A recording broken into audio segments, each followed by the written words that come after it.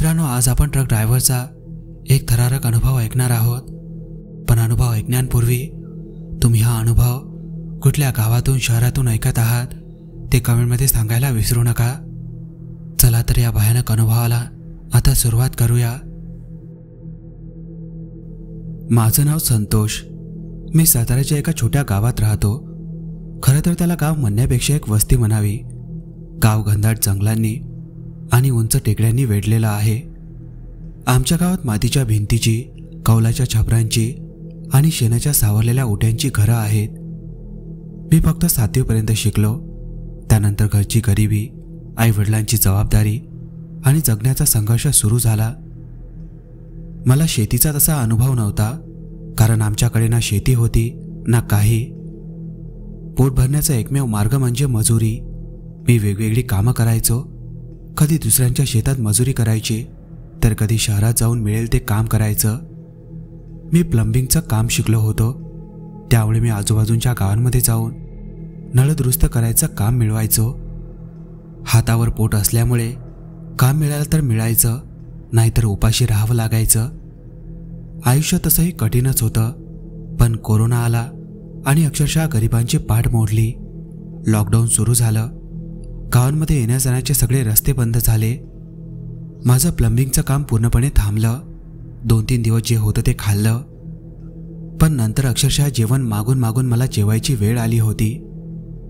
माझ्यासारख्या एका तरुणाला भीक मागताना लाज वाटायची, पण भूक इतकी लागली होती की लाजेचा विचार करणं शक्य नव्हतं. गावातील लोक मदत करायचे, पण त्यांनाही मदतीची गरज होती. माझं एक स्वप्न होतं, ड्रायव्हरची नोकरी मिळवणं. मी माझ्या आयुष्यात अनेक गाड्या चालवल्या होत्या. गाडी चालवण्याचं उत्तम कौशल्य शिकलेलो होतो. मी कधी गाडी चालवताना घाबरलो नाही, पण माझ्याकडे स्वतःची गाडी घ्यायला तर सोळाच. साधी लायसन्स काढायलाही पैसे नव्हते. माझं स्वप्न होतं की एखाद्या प्रायव्हेट कंपनीमध्ये मला गाडी चालवण्याचं काम मिळावं, एक चांगली स्थिर नोकरी. मी खूप प्रयत्न केले, पण आमच्या गावात अशा संधी नव्हत्याच. मग मी शेवटी पुण्याला जाऊन नोकरी मिळवायचं ठरवलं. पुण्यामध्ये माझा एक मित्र निलेश होता. त्याला एक प्रायव्हेट कंपनीमध्ये गाडी चालवण्याची नोकरी मिळाली होती. त्याचा पगार होता 15,000 रुपये आणि वरतून चहा पाण्याचे पैसे वेगळे. माझ्यासाठी हे आयुष्य स्वप्नवत होतं. मी पुण्यात पोहोचलो. निलेशला भेटलो. त्याच्या आयुष्यात खूप बदल झालेला दिसत होता. तो चांगला राहायला लागला होता. त्याला कामामुळे मान सन्मान मिळत होता आणि त्याचा पगारही चांगला होता. मी त्याच्याकडे पाहिले आणि मला वाटलं, माझं आयुष्य असं कधी होईल. मी त्याला नोकरीबद्दल विचारलं, पण त्याच्या कंपनीमध्ये सध्या जागा नव्हती. मी अक्षरशः या नोकरीसाठी भिकारी झालो होतो. खरं तर मी कधी भीक मागत नव्हतो, पण या कामासाठी मी अक्षरशः लोकांच्या पाया पडायला तयार होतो. माझ्यासाठी तेवढंच एक काम चांगलं येत होतं. एका दिवशी असंच मी एका रस्त्यावरच्या पान टपरीपाशी बसलेलो होतो. दिवसभर काम शोधून मी थकलो होतो. रस्त्याच्या एका बाजूला काही ट्रक थांबले होते. तिथेच एक प्रायव्हेट गाडी थांबली. तिचा ड्रायव्हर चहा प्यायला उतरला. तो एक उंच धिप्पाळ माणूस होता. त्याच्या चेहऱ्यावर एक वेगळीच गंभीरता होती. मी त्याच्याकडे गेलो आणि त्याला काम पाहिजे असं विचारलं. मी त्याला गाडी चालवण्याचं उत्तम कौशल्य आहे असं सांगितलं. त्याने माझ्याकडे पाहिलं आणि म्हणाला, हे बघ, काम आहे, पण ते रात्रीचं आहे आणि काम जोखीमचं आहे. तू आधी मालकाला भेट, तो तुला काम देईल. पण कदाचित त्याच्या अटी ऐकल्यावर तूच काम करणार नाहीस.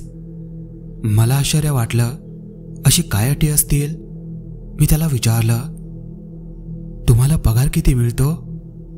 मला खरे तर त्याच्या त्या अटीशी काहीच चिंता नव्हती. मला फक्त पैसे हवे होते, कारण आई-वडील आजारी होते आणि त्यांच्या औषधांसाठी पैसे नव्हते. मी पैशांसाठी अगदी वेडा झालो होतो. तो ड्रायव्हर म्हणाला, मला 14,000 रुपये मिळतात. माझ्या कानांवर विश्वास बसत नव्हता. काय? 14,000 रुपये महिन्याचे? तो म्हणाला, नाही, फक्त एका आठवड्याचे. मी हिशोब केला. एका आठवड्याचे 14,000 म्हणजे महिन्याचे 60,000. हे तर माझ्यासाठी डायरेक्ट स्वप्न होतं. फक्त गाडी चालवून 60,000 रुपये. आता तर मी त्या पूर्ण नोकरीसाठी वेडा झालो. मी काहीही विचार न करता त्याच रस्त्यावर, त्याच पान टपरीपाशी त्या माणसाचे पाय धरले. मला फक्त काम हवं होतं. त्याने मला उठवलं. तो जरासा घाबरलेला दिसत होता. काय करतोयस? मी तुला बोललो ना की तू मालकाला भेट आणि काम जोखमीचं आहे बरं का. तो म्हणाला, कितीही जोखीम असले तरी चालेल दादा, मला फक्त नोकरी द्या प्लीज. मी त्याला विनवणी केली. त्याला माझ्या परिस्थितीची जाणीव झाली. त्याने मला त्याच्या गाडीत बसण्याचा इशारा केला आणि आम्ही निघालो. मी गाडीत बसलो आणि आम्ही गर्दीच्या रस्त्यावरून दूर जाऊ लागलो. गाडी जसजशी पुढे जात होती तसतसे रस्ते अधिक सुनसान होत होते. आजूबाजूची दुकानं, घरं आणि माणसं मागे पडत होती. रस्त्याच्या दोन्ही बाजूला फक्त झाडं आणि भयान शांतता होती. माझा श्वास वाढला. माझ्या मनात एकच विचार सुरू होता, मी नक्की कुठे जातोय आणि हे काम खरंच एवढं जोखमीचं आहे का? माझं हृदय वेगाने धडधडत होतं. मला एका बाजूला नोकरीचा आनंद होता तर दुसऱ्या बाजूला एक अनामिक भीती वाटत होती. मी माझ्या आयुष्यातला सर्वात मोठा धोका पत्करत होतो आणि मला माहीत नव्हतं की हा धोका मला कोणत्या भयान सत्याच्या दारात घेऊन जाणार होता. आता रस्ते ओळखीचे नव्हते आणि मला नक्की कुठे घेऊन जात आहे हेही माहीत नव्हतं. सुरुवातीला गाडी पुण्याच्या भर रस्त्यावरून जात होती, पण हळूहळू ती एका अंधाऱ्या आणि निर्जन रस्त्यावर वळली. गाडीचा वेग वाढला आणि माझ्यासोबत चालणाऱ्या ड्रायव्हरने मला काहीच विचारलं नाही किंवा काही बोलला नाही. माझ्या मनात एक अनामिक भीती तयार झाली होती, पण त्याचवेळी महिन्याला 56,000ची नोकरी, त्या विचाराने माझ्या मनातल्या भीतीवर मात केली होती. गाडी एका अशा रस्त्यावर आली जिथे स्ट्रीट लाईटचा मागसूमही नव्हता. गाडीच्या हेडलाईटच्या उजेडात फक्त समोरचा रस्ता आणि बाजूला असलेली सुकी काटेरी झाडं दिसत होती. गाडीचा आवाज आणि माझ्या हृदयाची धडधड हेच मला ऐकू येत होतं. पुण्यासारख्या गजबजलेल्या शहरातही अशी शांतता असू शकते याचा मी विचार पण केला नव्हता. पण तेव्हा मला माहीत नव्हतं की मी पुण्याच्या बाहेर होतो. गाडी एका सुनसान भागात एका मोठ्या कंपाऊंडजवळ थांबली. कंपाऊंडच्या भिंती खूप उंच होत्या आणि त्यावर जाळ तारांची जाळी होती. मला वाटलं की ही एखादी जुनी सोडून दिलेली जागा असावी, पण तसं नव्हतं. गाडी कंपाऊंडच्या आतमध्ये शिरली. गेटमधून आत गेल्यावर माझ्या नाकाला एक विचित्र पण ओळखीचा वास जाणवला. तो वास काहीतरी सडल्यासारखा, पण त्याचवेळी मांस मटणाचा वास होता. मी आयुष्यात कधीच मांस मच्छी खाल्ली नव्हती, त्यामुळे मला तो वास नक्की कशाचा आहे हे त्यावेळी कळलं नाही. पण त्या वासाने माझं मन अस्वस्थ झालं होतं. आम्ही गाडीतून उतरलो. तिथे काही ट्रक्स उभे होते आणि काही माणसं त्या ट्रकमधून काहीतरी उतरवत होती. अंधारात त्यांचा चेहरा स्पष्ट दिसत नव्हता, पण त्यांची हालचाल वेगाने सुरू होती. ते काहीतरी जड वस्तू खाली उतरवत होते. त्यांच्यात कुजबूज चालू होती. मी त्या वासाने जास्तच अस्वस्थ झालो होतो. तो ड्रायव्हर मला त्या एका छोट्या ऑफिसमध्ये घेऊन गेला. ऑफिस बाहेरून जुनाट दिसत होतं. आतमध्ये 3-4 टेबल्स आणि एका मोठ्या लाकडाच्या टेबलावर एक जाडा मोठा माणूस सिगारेट ओढत बसला होता. त्याचे डोळे लालसर दिसत होते, पण चेहऱ्यावर एक वेगळीच क्रूरता होती. तोच कंपनीचा मालक असावा. त्या ऑफिसच्या भिंतीचा रंग पूर्ण उडालेला होता. एका कोपऱ्यात एक जुनं कॅलेंडर लटकत होतं, ज्याचा रंग पूर्णपणे पिवळा झाला होता. वरच्या छतावर एक अर्धवट पंखा किरकिर असा आवाज करत फिरत होता आणि कोपऱ्यात एक जुना मोठा वजन काटा ठेवलेला होता, जो बहुधा गहू किंवा धान मोजण्यासाठी वापरला जात असावा. माझ्यासोबत असलेल्या ड्रायव्हरने माझी ओळख करून दिली. साहेब, याला काम पाहिजे, घरीच दिसतोय मुलगा. मालकाने माझ्याकडे पाहिलं. त्याच्या चेहऱ्यावर एक विचित्र हसू होतं, पण त्याच्या डोळ्यात एक वेगळीच चमक होती. जणू काही त्याला माझ्यासारख्या मुलांची गरज होती. तो म्हणाला, ये बस. त्याने त्या ड्रायव्हरला पाठवून दिला आणि धन्यवाद म्हणाला. मला आश्चर्य वाटलं. माझ्यासारख्या काम मागणाऱ्या व्यक्तीबद्दल आनंद वाटणारी ही पहिलीच व्यक्ती होती. तो म्हणाला, हे बघ, आणि त्याने मला प्रश्न विचारायला सुरुवात केली.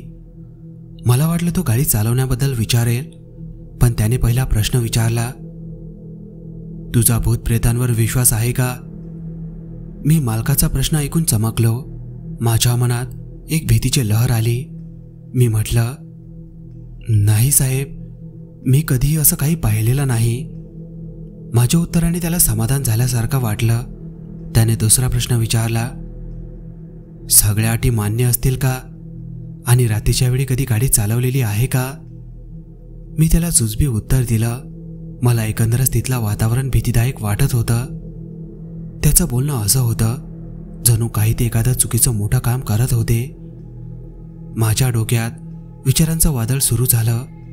मी काय करतो इथे? मी एक गरीब माणूस आहे. मला प्रामाणिकपणे जगून माझ्या आई वडिलांना मदत करायची आहे. जर मी अशा कोणत्याही चुकीच्या कामात अडकलो तर काय होईल? माझ्या डोळ्यासमोर पोलीस आणि तुरुंग आलं.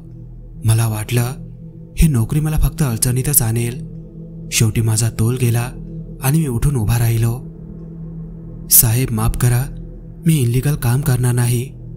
आधीच गरीब आहे मी. त्यात या कचाड्यात अडकलो तर होतं नव्हतं तेही निघून जाईल. असं म्हणून मी जायला निघालो. अरे इकडे ये बस, साहेब मला म्हणाले. त्यांनी मला बसायला सांगितलं. हे बघ, तुला खरोखर सांगतो, हा एक कोल्ड रिफॉर्म आहे. कोल्ड रिफॉर्ममधून येणारा चिकन आणि मटण रात्रीच्या वेळी पुण्याच्या दक्षिणेकडे जुन्या पुणे सातारा हायवेवरील पूर्वेच्या रिसॉर्टच्या लाईन्सपर्यंत पोहोचवायचा आहे. तिथला रस्ता सुनसान असतो. त्यांनी हे बोलताच मला त्या वासाचा अर्थ लक्षात आला. कंपाऊंडमध्ये शिरल्यापासून तो वास मला जाणवत होता. मी चिकन मटण कधी खाल्लेलं नव्हतं, त्यामुळे मला त्याचा वास लगेच ओळखता आला नव्हता. पण आता सगळं समजलं होतं. बघ, मी तुला स्पष्ट सांगतो, पोल्ट्री फार्मवरून कोंबड्या आणि प्रोसेस चिकन रात्री त्या हॉटेल्स आणि रिसॉर्टपर्यंत पोहोचवलं जातं. हॉटेल्स सकाळी उघडतात आणि दिवसभर लागणारे मटेरियल ते पहाटे पहाटे तयार करतात. जर डिलिव्हरी त्यांना रात्री झाली तर सकाळी त्यांच्याकडे ताजा माल तयार असतो. तो पुढे म्हणाला, पुण्यात दिवसा खूप ट्रॅफिक असतं, विशेषतः बाजारपेठांमध्ये. मंडई, स्वारगेट, कात्रज आणि कोंढवा भागात खूप ट्रॅफिक असतं. रात्री रस्ते रिकामे असतात, त्यामुळे आपल्याला वेगाने आणि वेळेत अडथळ्याविना पोहोचता येतं. आपल्या महाराष्ट्रात उकाळा खूप असतो, त्यामुळे चिकन लवकर खराब होऊ शकतं. रात्रीच्या थंड हवेमुळे ते जास्त काळ टिकतं, यामुळे कोल्ड स्टोरेजचा जास्त खर्च येत नाही. आणि सकाळी पोलीस तपासणी करतात, त्यामुळे हे काम रात्री करणं सोयीचं असतं. तू पोलिसांची काही चिंता करू नकोस. पकडला गेलास तरी एवढी काही मोठी गोष्ट नाहीये. आम्ही हे सगळं सांभाळून घेऊ. मी त्याचं ऐकल्यावर सुटकेचा श्वास घेतला. मला आता सगळ्या गोष्टी लक्षात आल्या होत्या. माझ्या डोक्यावरचं एक ओझं उतरलं होतं. माझ्या मनातला इनलिगल कामाचा विचार पूर्णपणे दूर झाला होता.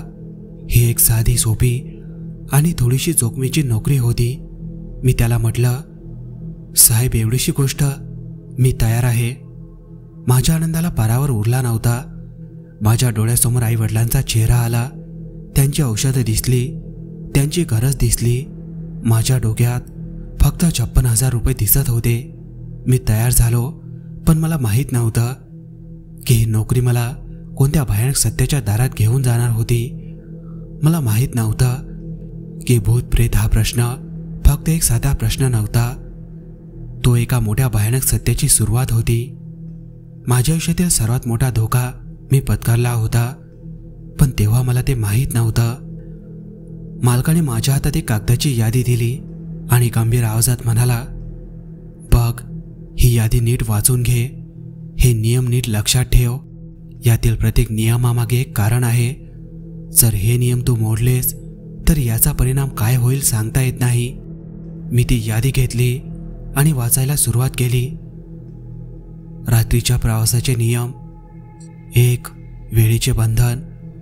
तुझा प्रवास रात्री 9 वाजता सुरू होईल आणि तू सकाळी 5 वाजेपर्यंत रिसॉर्टवर पोहोचलास तर तुला एका रात्रीचे 2,000 रुपये मिळतील.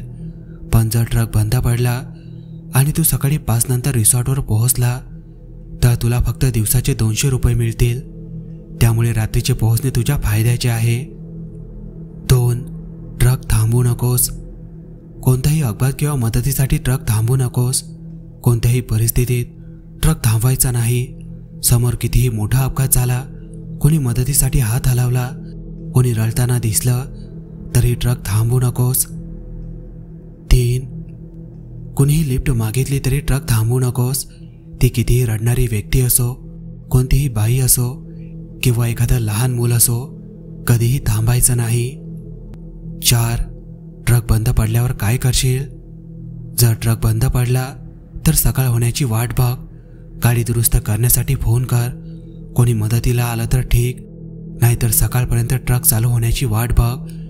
जर ट्रक सकाळीच रिसॉर्टवर पोहोचवावा लागला तर तुला फक्त 200 रुपये मिळतील. 5. भास आणि सावल्यांना घाबरू नकोस. तुला गाडीमध्ये काही विचित्र भास झाले किंवा सावल्या दिसल्या तरी घाबरू नकोस. समजा ट्रकच्या समोर कुणी चालताना दिसलं, ट्रकवर कुणी चालताना दिसलं किंवा समोर कुणी अचानक उभं राहिलं तरी दुर्लक्ष कर. केबिनच्या आतच थांब. 6. केबिनच्या आतच थांब. जर तुला बाथरूमला जायची गरज पडली तरी ट्रकच्या बाहेर जायचं नाही. प्रवासाला जाण्याआधीच काय ते करून घे. आणि शेवटचा नियम, हा नियम सर्वात महत्त्वाचा आहे. या प्रवासात तुला तुझे ओळखीचे नातेवाईक, जवळचे मित्र किंवा इतर कोणतीही ओळखीची व्यक्ती दिसेल तरी ट्रक थांबवायचा नाही. हे भास असतात आणि आतापर्यंत अनेक जण या भासांना बळी पडले आहेत. त्यामुळे आपला जीव गमावण्याची दाट शक्यता असते. मालकाने ही यादी माझ्या हातात दिली आणि तो माझ्याकडे पाहू लागला. त्याच्या चेहऱ्यावर एक गंभीर भाव होता. तो अजून एक वाक्य बोलला, ट्रकच्या आत तू सुरक्षित आहेस. परवानगी मात्र आत येण्याची कोणालाही द्यायची नाही. मी ती यादी हातात घेतली. त्यातले शब्द वाचता वाचता मला हसू आवरलं नाही. एका क्षणासाठी मला वाटलं मी एखाद्या चित्रपटाच्या स्क्रिप्टवर काम करायला आलो की काय. अकल्पित गोष्टी, विचित्र नियम आणि भूतप्रेत माझ्या डोक्याला पूर्णपणे कोळं पडलं होतं. मी एका क्षणासाठी थांबलो आणि विचार केला, काय करावं. मला असं वाटलं कदाचित हे दोघेही मला घाबरवून काम करायला लावत आहेत. त्यांना रात्रीच्या कामासाठी कोणी तरुण मिळत नसावा. माझ्यासाठी रात्रीचा प्रवास नवा नव्हता. मी काही रात्री गाडी चालवली नव्हती असं नाहीये. पुण्यात मी कधी गाडी चालवली नसली तरी आमच्या गावात तिथे तर दिवसाही सूर्यप्रकाशाची भीक मागावी लागते. नुसतं जंगलच जंगल आहे. त्या जंगलातून रात्रीच्या वेळी मी कित्येक वेळा मित्राची बाईक सुरू करून त्यांना दूरदूरच्या गावापर्यंत पोहोचवलं आहे. त्या रस्त्यावर स्ट्रीट लाईटचा तर मागसुमही नव्हता. फक्त चंद्रप्रकाश आणि गाडीच्या लाईटच्या उजेडात आम्ही प्रवास करायचो. मी तर रात्रीच्या वेळी गाडी चालवण्यासाठी माहीर झालो होतो. एका हॉस्पिटलमध्ये कोरोना काळात मृतदेह पोहोचवण्याचं काम पण रात्रीच्या वेळी केलं होतं. ते रस्ते, ती भयानक शांतता आणि त्या रस्त्यांवरची रात्रीची भीती, मी हे सगळं अनुभवलं होतं. त्या अनुभवाच्या तुलनेत हे पुणे शहर, जिथे रात्रीही गाड्यांचा आणि माणसांचा वावर असतो, इथे ट्रकमधून प्रवास करायला काय भीती वाटणार. मला तर या नोकरीमध्ये विशेष काही वाटलं नाही. मला असं वाटलं की या लोकांना काहीतरी भास होत असेल. त्यांनी त्या भासाला घाबरून 1-2 अपघात केले असतील आणि त्या अपघातांना त्यांनीच भूतप्रेताचं नाव दिलं असेल. खरं तर जेव्हा आपण एखादी गोष्ट स्वतःच्या डोळ्यांनी पाहत नाही किंवा अनुभव घेत नाही, तोपर्यंत अशा अकल्पित गोष्टींवर आपला कधीच विश्वास बसत नाही. दुसऱ्या दिवशी संध्याकाळी मी परत त्या ठिकाणी पोहोचलो. माझं मन तयार झालं होतं. मला पैसे हवे होते. मी ट्रक चालवण्यासाठी तयार होतो. मालकाने मला चावी दिली. रात्री 9 नंतर ट्रक सुरू होईल आणि सकाळी 5 पर्यंत पोहोचला पाहिजे, लक्षात ठेव. एवढा बोलून तो निघून गेला. मी ट्रक सुरू केला. 5-6 किलोमीटर अंतर पार केल्यानंतर जंगलाचा भाग सुरू झाला. शिरवळहून निघालो होतो आणि आता जुना पुणे सातारा हायवे लागला होता. तो रस्ता खूप निर्जन होता. मी गाडी चालवत होतो. मला आठवलं की शिरवळ हे एक औद्योगिक क्षेत्र आहे. त्यामुळे इथे कोल्ड स्टोरेज आणि गोडाऊन असणं स्वाभाविक आहे. हे ठिकाण शहरापासून दूर असल्यामुळे पोलिसांची आणि लोकांची गर्दीही कमी होती. वाटेत कात्रजचा छोटासा घाट लागला आणि नंतर कात्रजचं मोठं सुनसान जंगल. पण आज आकाशात पूर्ण चंद्र होता. त्याचा प्रकाश रस्त्यावर पडलेला होता. मला आजच्या रात्री काहीच अनुभव आला नाही. मी ट्रकचा स्पीड वाढवला, कारण मला पहाटेच्या आत रिसॉर्टपर्यंत पोहोचायचं होतं. मी बरोबर पहाटे 4 वाजता रिसॉर्टला पोहोचलो. तिथे उतरलो. लोकांनी माल उतरवला आणि मी पुन्हा परतीच्या प्रवासाला निघालो. सकाळी 11 वाजेपर्यंत मी शिरवळला परत पोहोचलो. मालकाने माझ्या हातात 2000 रुपये ठेवले. माझ्या आनंदाला पारावार उरला नाही. मला आता विश्वास वाटू लागला की त्या सगळ्या गोष्टी खऱ्या नाहीत, फक्त काही लोकांचे भास आहेत. असे 4-5 रात्री गेल्या. मी भरधाव ट्रक न्यायचो, पण मला काही विशेष अनुभव आला नाही. आता माझ्याकडे 10,000 रुपये जमा झाले होते. मी त्या पैशातून एका लहान खोलीचा 1 महिन्याचा ॲडव्हान्स भरला. घरी 5,000 रुपये पाठवले. माझं आयुष्य खूप मस्त चाललं होतं. मी कामावर पुन्हा लक्ष केंद्रित केलं होतं. मी त्या अटींबद्दल जवळपास विसरलो होतो. पण एक नियम मात्र मी पाळायचो. मी कधीही ट्रकच्या बाहेर उतरलो नाही. एकदा मला तो दणकट मिशावाला ड्रायव्हर भेटला. त्याने माझ्या पाठीवर थाप मारली. काय संतोषराव, कसं चाललंय? मी त्याला म्हणालो, साहेब तुमचे खूप उपकार झाले, मी कधीच विसरणार नाही. तो हसला. अरे त्यात काय आहे, सांग कसं चाललंय काम? एकदम मस्त ना? त्याने माझ्या खांद्यावर हात ठेवला आणि आकाशाकडे बोट केलं. तो चंद्र दिसतोय ना, तो आपला मित्र आहे, एवढं लक्षात ठेवायचं. पुढे घाबरायचं नाही. चंद्र गेला तरी ट्रकमधून खाली उतरायचं नाही. नियम सगळे लक्षात ठेवायचे. तो पुन्हा माझ्या पाठीवर दणका ठाप मारून निघून गेला. मी त्या चंद्राकडे पाहिलं आणि विचारात हरवून गेलो. नंतर मी विचार केला, माझं नशीब किती चांगलं आहे. पण म्हणतात ना, गोष्टी जेव्हा चांगल्या चालू असतात तेव्हा माणूस जरा हवेत जातो. तसंच काहीतरी माझ्यासोबत आज होणार होतं. नेहमीप्रमाणे आज रात्रीही मी कामावर निघालो होतो. गेल्या 8 दिवसांपासून मी याच कामात होतो आणि आता मला त्याची सवय झाली होती. शिरवळला माल भरला होता, जो अत्यंत दुर्गंधीयुक्त होता. सुरुवातीला उलटी आल्यासारखं व्हायचं, पण आता त्याची सवय झाली होती. मी गाडी चालू केली आणि निघालो. पहिले 4 तास प्रवास अगदी आरामात गेला. आकाशात चंद्रप्रकाश कमी होता, त्यामुळे रस्त्यावर फक्त ट्रकच्या दिव्यांचा उजेड होता. थोड्या वेळाने जंगलाचा भाग सुरू झाला. कुणास ठाऊक, पण आज ट्रक नेहमीपेक्षा जड वाटत होता. मी स्पीड वाढवण्याचा प्रयत्न केला, पण असं वाटत होतं की जणू काही ट्रक मागे कोणीतरी खेचत आहे. हा विचार डोक्यात येताच माझ्या अंगावर सरकन काटा उभा राहिला. मला काहीच समजत नव्हतं की असं का होतंय. या रस्त्यावरून जाताना थोडी धडधड तर नेहमीच व्हायची, कारण आजपर्यंत काही भयानक अनुभव आला नसला तरी लोकांच्या बोलण्याने भीती बसली होती. मी जसा जसा पुढे जाऊ लागलो, रस्त्याच्या अचानक मधोमध एक आकृती दिसली, जी दोन्ही हात हलवून मदतीची याचना करत होती. मी आपोआपच ट्रकचा वेग कमी केला. एक जुनी साडी घातलेली बाई, तिच्या गळ्यात काहीतरी लटकलेलं होतं आणि ती मदतीसाठी वेवळत होती. तिचा रडण्याचा आणि कन्याचा आवाज लांबूनही ऐकू येत होता. माझा पाय आपोआप ब्रेकवर जात होता. मी ब्रेक दाबणारच होतो, पण अचानक मला माझा नियम आठवला. काहीही झालं तरी ट्रक थांबवायचा नाही आणि डोक्यात लगेच 2000 रुपयांचा आकडा चमकला. जर मी वेळेवर रिसॉर्टवर पोहोचलो नसतो तर मला ते पैसे मिळाले नसते. पैशाचा विचार माझ्या डोक्यात फिरू लागला आणि मी ट्रकचा वेग कमी न करता पुढे निघालो. त्या बाईला बहुतेक कळलं की मी ट्रक थांबवणार नाही. ती बाजूला झाली. मी जवळून बघितलं तेव्हा तिच्या गळ्यात एक छोटंसं बाळ होतं आणि तेही रडत होतं. माझा माणुसकीचं हृदय पिळवटून निघालं. जर मी या नोकरीत अडकलेलो नसतो तर नक्कीच मी त्या हातबल बाईला मदत केली असती.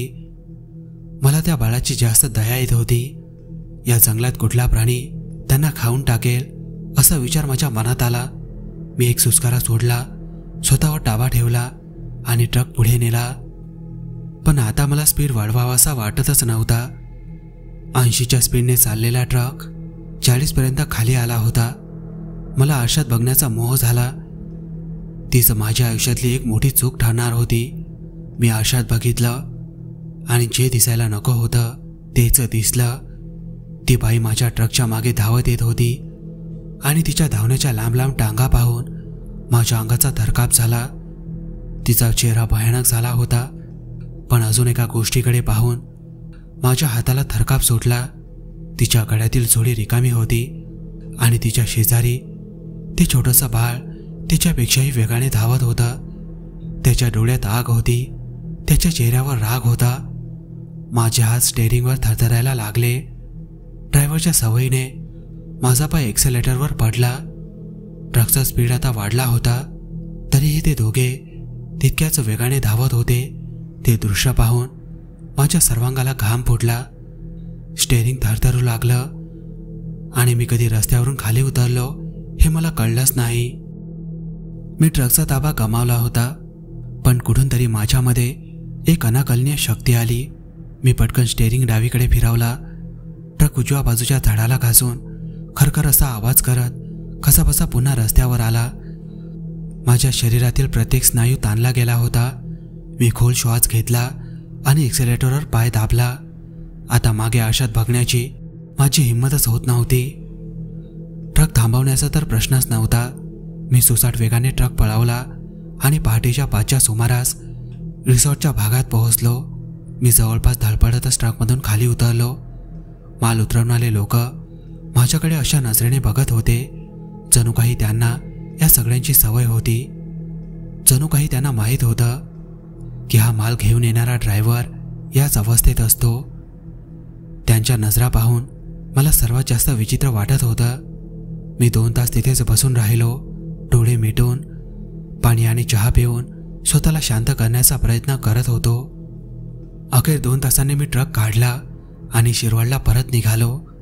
शिरवळला पोहोचल्यानंतर मी थेट मालकाच्या ऑफिसमध्ये गेलो. तो नेहमीप्रमाणे हसत हसत माझ्या हातात 2000 रुपयाचं पाकिट ठेवत होता. आज माझ्या चेहऱ्यावरचा घाम आणि भेदरलेली नजर पाहून त्याने ओळखलं की काहीतरी विचित्र घडलं आहे. आज पहिल्यांदाच ते पाकिट घेताना माझ्या चेहऱ्यावर आनंद नव्हता. त्याने माझ्या खांद्यावर हात ठेवला आणि म्हणाला, काय झालं संतोष? काहीतरी विचित्र घडल्यासारखं वाटतंय. मी सरळ त्याच्या डोळ्यात बघितलं आणि जी गोष्ट मी स्वप्नातही बोलायची हिंमत केली नव्हती ती बोलून टाकली. साहेब, नाही जमणार हे मला काम. तो खिन्नपणे हसला आणि म्हणाला, वाटलंच मला. काय झालं ते सांग. मी त्याला रात्रीची सगळी हकीकत सांगितली. तो शांतपणे ऐकत होता. माझं बोलणं झाल्यावर तो म्हणाला, अरे संतोष, जोपर्यंत तू ट्रकमध्ये आहेस ना तोपर्यंत तू सुरक्षित आहेस. एक गोष्ट लक्षात ठेव, ते तुझ्याकडे कुठल्याही पद्धतीने मदत मागतील, पण त्यांना फक्त ट्रकमध्ये येऊ द्यायचं नाही. तू स्वतःवर ताबा मिळवलास आणि तिथून ट्रक काढलास. ही खूप मोठी धाडसाची गोष्ट आहे. त्याचं हे बोलणं ऐकून मला त्याचा खूप राग आला. ही गोष्ट त्याने मला आधीच सांगायला पाहिजे होती. मला कल्पनाही नव्हती की अशा भयानक गोष्टी घडतात. तू इतक्या सहजपणे ट्रकमधून बाहेर पडू नकोस किंवा परवानगी देऊ नकोस म्हणत होता, पण डोळ्यांनी इतकं भयानक दृश्य पाहिल्यावर ट्रकवर ताबा ठेवणं किती अवघड होतं हे त्याला काय कळणार होतं. स्वतः चालवून बघ, मग कळेल, असं मी मनातल्या मनात त्याला शिवाय देत होतो. मला आता काही विचार करायचा नव्हता. मी सरळ माझ्या रूमवर जायला निघालो. तेवढ्यात एक माणूस तिथे आला आणि म्हणाला, संतोष भाऊ, आपले बिहारचे ड्रायव्हर मनोज आहेत ना, त्यानं हॉस्पिटलमध्ये ॲडमिट केलंय. मनोज, तोच ड्रायव्हर ज्याने मला हे काम दिलं होतं. मी लगेच त्याच्यासोबत हॉस्पिटलकडे निघालो. त्याला भेटल्यावर मी त्याची अवस्था पाहिली. त्याच्या हातापायावर कुत्र्याने चावल्यासारखा जखमा होत्या. त्याला काय झालं हे विचारायची माझी हिंमत नव्हती, कारण हे समजायला काही अवघड नव्हतं. त्याच्यासारख्या दणकट माणसाची अशी अवस्था पाहून माझे हातपाय थरथरू लागले. आता ही नोकरी करण्याचा तर विषयच नव्हता. मी घरी आलो आणि 2 दिवस कामावर गेलोच नाही. त्या 2 दिवसात मी इकडे तिकडे भरपूर काम शोधण्याचा प्रयत्न केला, पण मला काहीच काम मिळालं नाही. माझ्या पोटातील भूक, आईवडिलांचा आजारपण आणि त्यांची जबाबदारी या सगळ्या गोष्टी मला पुन्हा त्याच भयानक प्रवासाला जाण्यासाठी मजबूर करत होत्या. माझ्याकडे 8-9 दिवसांचे 18,000 रुपये जमा होते, पण ते जवळपास माझ्या मूलभूत खर्चांपर्यंत संपले होते. घरी मी 10,000 रुपये ठेवले होते.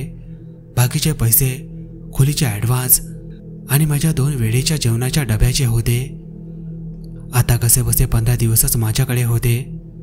त्यानंतर जर मला काम मिळालं नाही तर पुन्हा मंदिरात झोपायची आणि प्रसाद खाण्याची वेळ येणार होती. मी दिवसभर पुण्यात काम शोधण्याचा प्रयत्न करत होतो, पण काम मिळतच नव्हतं. अखेरीस मी थकून मनोजला पुन्हा एकदा भेटायचा विचार केला. मनोजला नुकतंच हॉस्पिटलमधून घरी सोडलं होतं. त्याच्या भेटीआधी मी एकदा शिरवळला ऑफिसमध्ये जाण्याचं ठरवलं.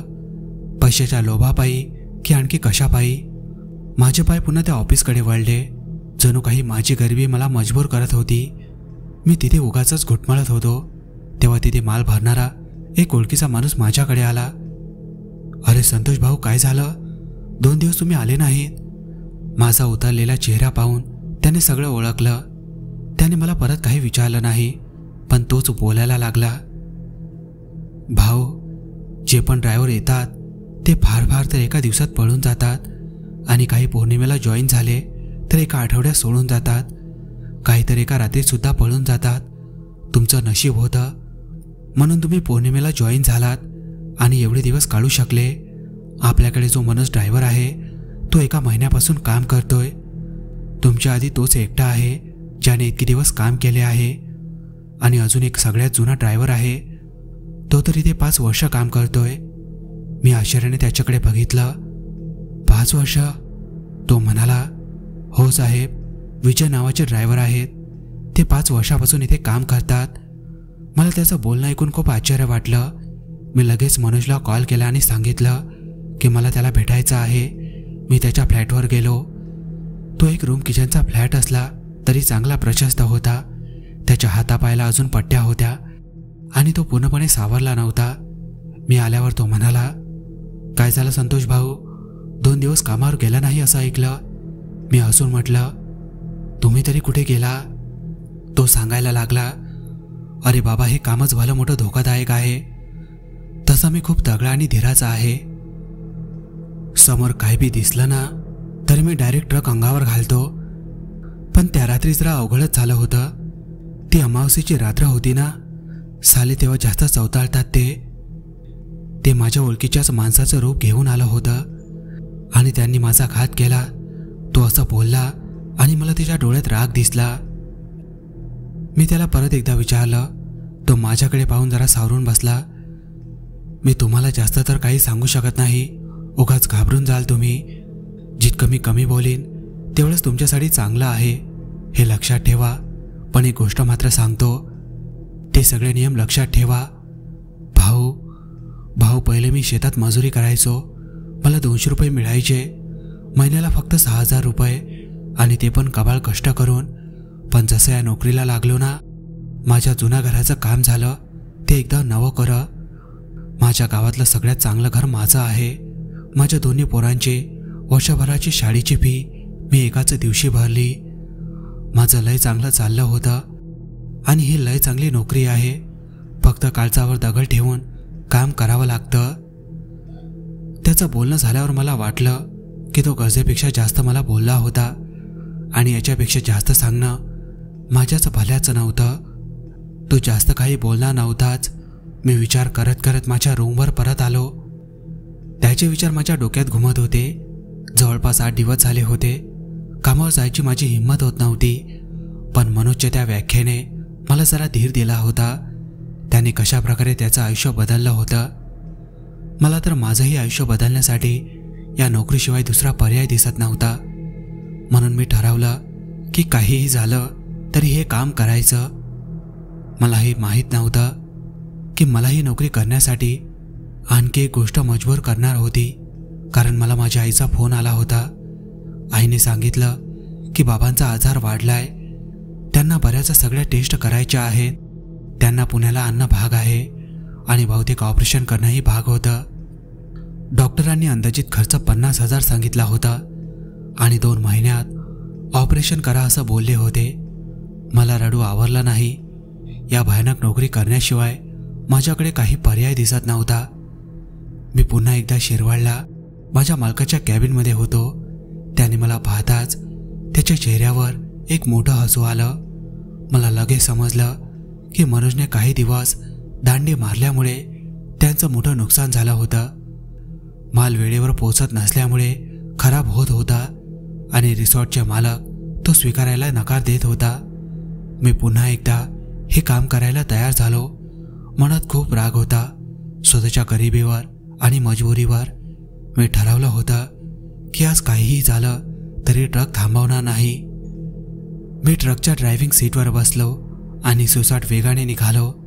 आता माझ्या मार्गात कोणीही आलं तरी मी त्याला उडवून टाकेन अशा आविर्भावात मी कात्रजच्या जंगलात पोहोचलो. रस्त्यात मला अनेक विचित्र गोष्टी दिसल्या. कधी रस्त्याच्या मधोमध पांढऱ्या साडीतली बाई उभी राहायची, तर कधी विचित्र प्राणी, जे प्राणी कमी आणि माणसाचं आणि प्राण्यांचं विचित्र कॉम्बिनेशन असलेलं वाटायचं आणि त्यांचा आवाज मात्र माणसांसारखा होता. इतक्या विचित्र गोष्टी दिसल्या की सांगू शकत नाही. पण मी ट्रकचा वेग कमी केला नाही. मी बऱ्याच वेळेला तर त्यांच्या अंगावरून गाडी घालून चालवायचो आणि ते हवेत विरघळून जायचे. कधी रस्त्याच्या कडेला काही विव्हळणारे ओरडणारे आदमी दिसायचे, कधी हवेत तरंगणाऱ्या भयानक आकृत्या ट्रकच्या दिशेने धावत यायच्या. पण मी कोणालाही दाद दिली नाही. 8 दिवस असेच गेले. मधले 8 दिवस काहीच अनुभव आला नाही. पण नंतर मात्र पुन्हा विचित्र गोष्टी दिसू लागल्या. पण माझा आत्मविश्वास एवढ्यात खूप वाढला होता. मी स्वतःवर ताबा मिळवायला शिकलो होतो. आता बऱ्यापैकी पैसे जमा करून मी घरीसुद्धा पाठवले होते. बाबांच्या सगळ्या टेस्ट झाल्या होत्या, पण ऑपरेशनसाठी मात्र मला पैसे उभे करायचे होते. मी आता स्वतःवर ताबा मिळवायला शिकलो होतो. पण आजची रात्र मात्र वेगळीच होती. मी कात्रजच्या जंगलात ट्रक चालवत होतो आणि आकाशात भयानक अंधार होता. मला आज जास्तच विचित्र वाटत होतं.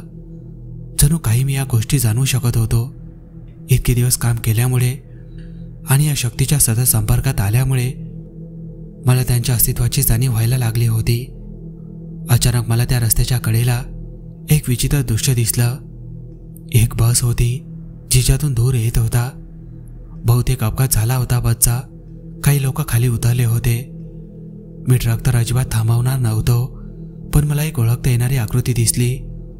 डोक्यावर पदर घेतलेली एक स्त्री होती, अत्यंत ओळखीची.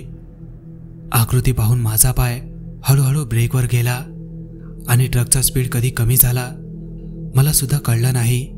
ती मला हाका मारत होती. माझ्या कानावर आवाज आला, संतोष, संतोष बाळा थांब. हा माझ्या आईचा आवाज होता. मी एकदम थबकलो. तीच ओळखीची हाक, तेच रूप. माझ्या डोळ्यांवर विश्वास बसत नव्हता. समोर एक बस होती आणि त्यावर माझ्या गावाचं नाव होतं. बसवरच्या पाट्या, बसच्या खिडक्या आणि आत बसलेली माणसं अगदी खरी वाटत होती. सगळे मदतीसाठी ओरडत होते, थांबा थांबा म्हणत होते. माझी आई तर पुढे येऊन ओरडत होती. मी हळूहळू ब्रेकवर पाय ठेवला आणि ट्रक एकदासा थांबला. मी तिच्या जवळ गेलो आणि माझ्या डोळ्यांवर विश्वास बसेना. ती खरंच माझी आई होती. ती म्हणाली, संतोष पोरा, अरे तुझ्या बाबांसोबत इकडे निघालो होतो कारण डॉक्टरांनी लवकर इलाज करायला सांगितलंय. पण बसचा अपघात झाला. बरं झालं तू इथे दिसलास. थांबव बाळा गाडी. माझ्या हातापायाला कंप सुटला. आई आणि बाबा इथे. आई माझ्या काचेवर धाबा मारत होती. संतोष बाळा, दार उघड, तुझे बाबा पण आहेत, मदत कर आम्हाला. मी माझा हात खिडकीच्या काचेवर ठेवला. काच खाली करून तिला काहीतरी बोलणारच होतो. तेवढ्यात माझं नशीब बलवत्तर म्हणून मला मनोजचा तो नियम आठवला. संतोष, तो नियम लक्षात ठेव. कोणत्याही परिस्थितीत ट्रक थांबवायचा नाही आणि त्यांना आतमध्ये येण्याची परवानगी द्यायची नाही. मला मनोज आणि मालकाचे शब्द आठवले आणि माझ्या अंगावर घाम फुटला. ती माणसासारखे दिसत असली तरी ती माझी आई असू शकली नसती. हे मला अडकवण्याचं त्यांचं शेवटचं आणि मोठ्यात मोठं जाळं होतं. त्यांनी माझ्यावर अनेक प्रकारे प्रयत्न केले, पण मी त्यांच्या कोणत्याही जाळ्यात अडकत नाही हे त्यांनी ओळखलं होतं. या शक्तींना माझ्या ट्रकमध्ये प्रवेश मिळवायचा होता. त्यांना कळलं होतं की मी त्यांच्या कोणत्याही जाळ्यात अडकत नाही, म्हणून त्यांनी सर्वात माझ्या जवळच्या माणसाचं रूप घेतलं होतं. त्यांना हे कसं माहीत होतं की माझी आई कशी दिसते, नक्कीच ते कुठून तरी माझ्या मेंदीवर ताबा मिळवत होते. मला ट्रक थांबवायला लावून, माझ्याशी बोलून आणि मला मदत करायला लावून ते माझ्याकडून आतमध्ये येण्याची परवानगी मागत होते. त्यांना माझ्या माणुसकीवर हल्ला करायचा होता, माझ्या भावनांचा फायदा घ्यायचा होता. मी थरथरत्या हातांनी स्टेअरिंग घट्ट धरलं होतं. माझे हात इतके कापत होते की मला ट्रक चालवणं जमत नव्हतं. पण मी एकदाचा एक्सेलेटरवर पाय टाकला आणि सुसाट वेगाने ट्रक पुढे निघाला. माझ्या मागे भयानक आवाज येऊ लागले, गुरगुरण्याचे, ओरडण्याचे, कारण त्यांना समजलं होतं की त्यांचं हे जाळंही कामी पडलं नव्हतं. आता ते भयानक चवताळले होते. त्यांना तो ट्रक तोडून फोडून काढायचा होता. जणू काही कित्येक वर्षाचे ते उपाशी होते. त्यांना ते चिकन मटण खायचं होतं. ते अक्षरशः विवळत होते, ओरडत होते. त्यांचा तो चित्कार माझा जीव घेत होता. माझं डोकं फुटून मरेल की काय असं वाटत होतं. ते रागाने माझ्या ट्रकवर हल्ला करत होते, पण मी मागे वळून बघितलं नाही. त्या सगळ्या आवाजांना आणि त्या भयानक आकृत्यांना मागे सोडून मी पुढे निघालो. स्टेअरिंग तर मला सांभाळता येत नव्हतं. मी फक्त प्रचंड थरथरत्या हातांनी ते स्थिर ठेवलं होतं आणि पायाने एक्सेलेटरवर उभा राहिलो. प्रचंड वेगाने ट्रक पुढे घेतला. मी त्यांच्या सर्वात मोठ्या जाळ्यातून बाहेर पडलो, कारण मी माझी माणुसकी आणि भावना बाजूला ठेवून माझ्या कामावर फोकस ठेवू शकलो. कसाबसा मी रिसॉर्टवर पोहोचलो. त्या घटनेने माझी पूर्ण ताकद संपली होती. मी इतका हादरलो होतो की तिथेच दिवसभर थांबलो. मी मालकाला फोन केला आणि सांगितलं की ट्रक दुसऱ्या कुणाला तरी शिरवळला घेऊन जायला सांगा. त्या दिवसानंतर मी 2-3 दिवस सुट्टी घेतली आणि त्या दरम्यान आईला फोन केला. आई मात्र माझी गावाकडेच होती. आता मला सगळ्या गोष्टी पूर्णपणे लक्षात आल्या होत्या. आज या गोष्टीला जवळपास 1 वर्ष झालं आहे, पण मी अजूनही याच मार्गावर ट्रक चालवतो. आता मी सुट्ट्या कमी घेतो. मला हेही कळालं की अमावस्येच्या दिवशी मला कधीकधी 4 ते 5 हजार रुपये सुद्धा देतात, कारण त्या दिवशी कोणी ड्रायव्हर यायला तयारच नसतो, पण मी मात्र नक्की जातो. असे मिळून कधीकधी माझी कमाई 70 ते 80 हजारापर्यंत सुद्धा जाते. आज माझ्या गावाला माझं सगळ्यात मोठं घर आहे. आईबाबांचा इलाज चांगला झाला आहे आणि ते खूप खुश आहेत. मला माहीत नाही मी अजून किती वर्ष ही नोकरी करेन, पण थोडंसं स्थिर झाल्यावर मी ही नोकरी नक्कीच सोडणार आहे, कारण या नोकरीचा काहीच भरोसा नाही. कधी कुठली अवघड गोष्ट होऊन जाईल आणि कधी मृत्यूकाळ माझा घात करेल.